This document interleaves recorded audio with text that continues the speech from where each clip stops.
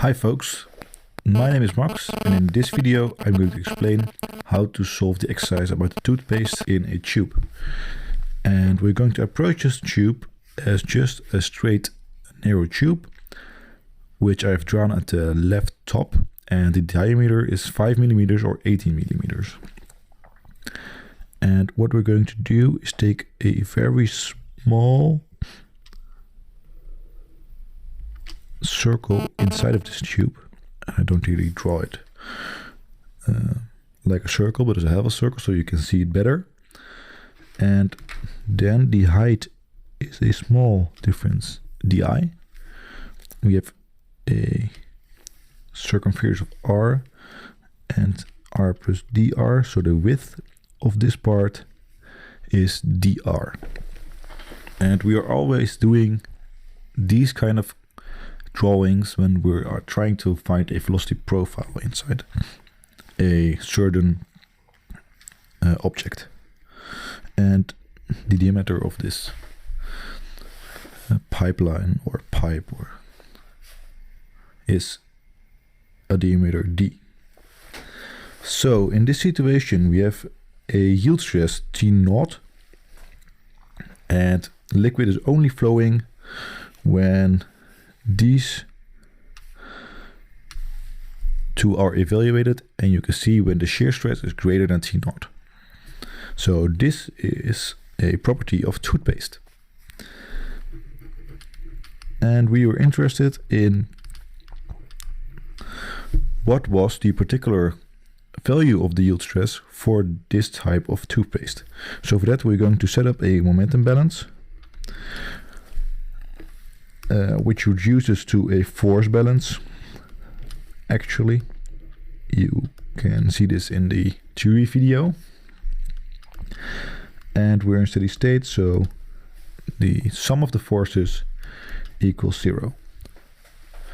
Well, why do we do this? Because if we evaluate this, we can find this T0, as you will see later on.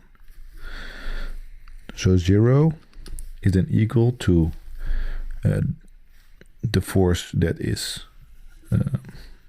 done by the shear stress of the wall, which is the shear stress tau Ri at place R, times the area the shear stress is doing this over, which is a dy, so a difference in height, so this part times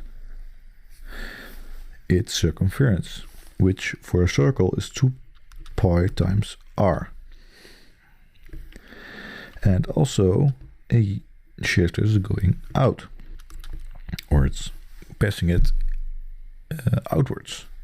So minus t of tau to Ri at now at r plus dr, and also times this dy times the circumference here, and this is r plus dr times 2 pi. And we have another force working here, which is the gravity, which is always there, but sometimes we can neglect it, but this time we cannot. All right, so now we have to solve this equation and find why the T0 is coming in. So first thing I will do is I write this in an easier fashion, and I can get 2 pi and dy out of the brackets and write the shear stress at r minus times r, still there, minus the shear stress at r plus dr times r plus dr at this location. And I will now rewrite the mass to the density times a volume like this.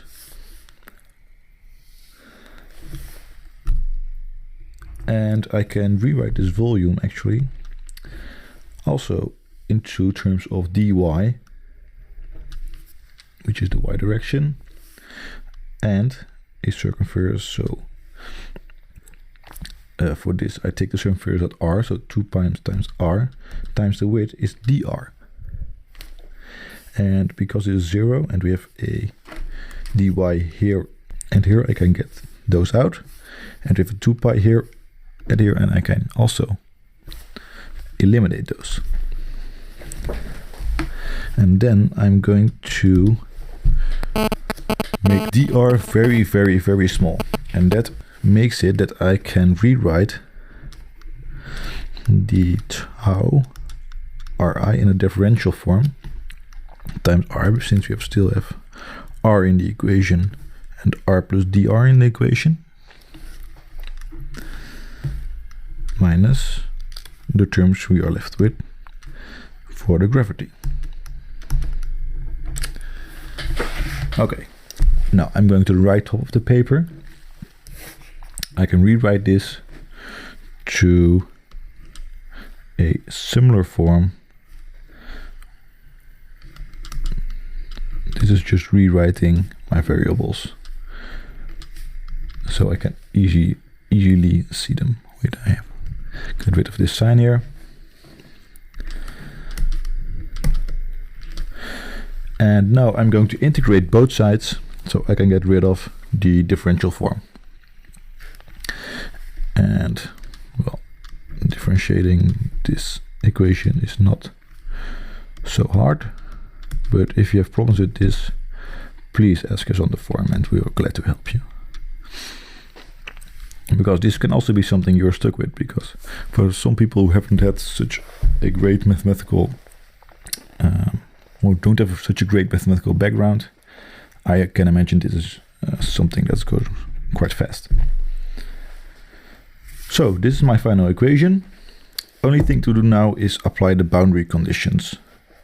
And the boundary conditions actually is the symmetry boundary condition here, which means that the differential of the tau ry over dr times r is equal to 0. Or in this case, it's also true that the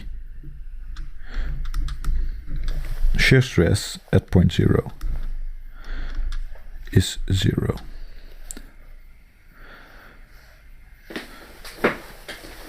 But, oh wait, I made a mistake at the left side. So this is the shear stress at point 0. And this gives us that C1 is also 0. So that makes it easier in the future.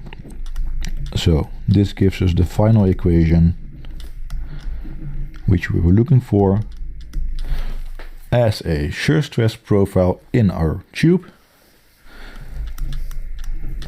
Ta-da!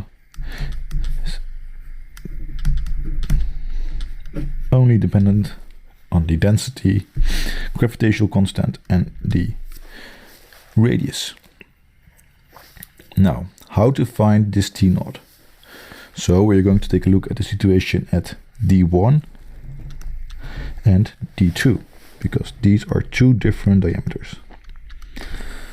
So what we know is that the liquid was flowing in the case of D2, it was not flowing in the case of D1. So no flow means that the shear stress is actually lower than the yield stress, right? This means that this part was smaller than T0, so T0 is greater than that part. So if you fill in the numbers on the right side, we can find that T0 was greater than 16.25. And we can do the same for D2, which you know it was flowing, so then the shear stress was greater or equal to T0. So then again, we can fill in the numbers and find this time that T0 must be lower than 85.25 Newton per square meter. So we know that is something in between. Now the last question was to find the velocity at the center of the toothpaste tube. And for that, we're going to use our equation over here. And that equation, since we know that there is flow, we got a differential over the velocity over the radius there. So we can find the velocity profile and take the radius there to be 0. So I can rewrite that part to this equation.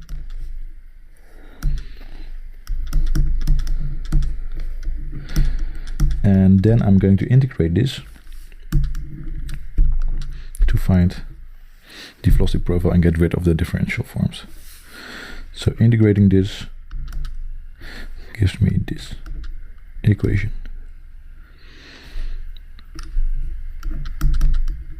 And keep track of your 1/4 there, because that is due to integration. And also do not forget the constant C2. And we have to find this constant, and therefore we use a no-slip condition, which means that at the very, very, very edge, no molecules are moving. A single layer there is standing still. So at our diameter R, it is standing still. And if you fill this in, we find that C2 is actually very similar to the first equation. And I can write this final equation in a easier fashion. And it's actually very nice to have this equation, because now we know all the velocities as a function of the radius everywhere in our tube. And the thing to do still is just fill in that our radius is 0. Fill in all the other numbers and find that our final velocity is 0.081 meter per second. If you still have any questions about this exercise, please feel free to contact us. And I hope that you can now make the other exercises more easily. Good luck!